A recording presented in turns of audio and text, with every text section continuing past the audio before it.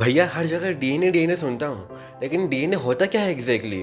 और सब कहते हैं यही है जेनेटिक मटेरियल। भाई एकदम सही कहा तूने। डीएनए यानी डीऑक्सीराइबोन्यूक्लिक एसिड एक लंबा पॉलीमर होता है जो न्यूक्लियोटाइड से बना होता है, और यही हर जीव का कोड ऑफ लाइफ है। एक न्यूक्लियोटाइड के अंदर 3 पार्ट्स होते हैं। पहला नाइट्रोजनस बेस जिसमें ए, टी, जी और सी आता है। दूसरा पेंटोस शुगर जो कि डीएनए के केस में डीऑक्सीराइबोस है, वहीं आरएनए के केस में केवल राइबोस होता। तीसरा होता है फॉस्फेट ग्रुप।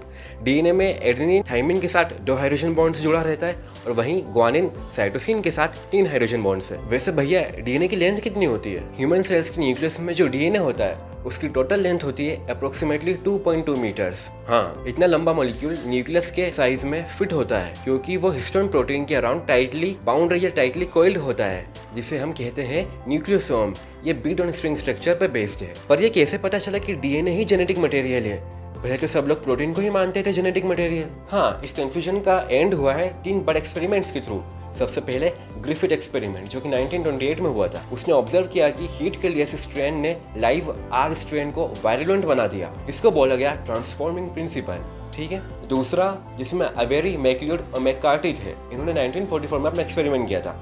उन्होंने केमिकली प्रूव किया था कि ट्रांसफॉर्मिंग सिर्फ डीएनए से होती है, ना कि प्रोटीन या आरएनए से। उन्होंने एंजाइम से आरएनए, प्रोटीन और डीएनए को डिस्ट्रॉय किया। सिर्फ डीएनए ने ट्रांसफॉर्मेशन रोक दी। That means DNA is the genetic material. पर final nail in the coffin I Hershey and Chase experiment जो कि 1952 में हुआ था।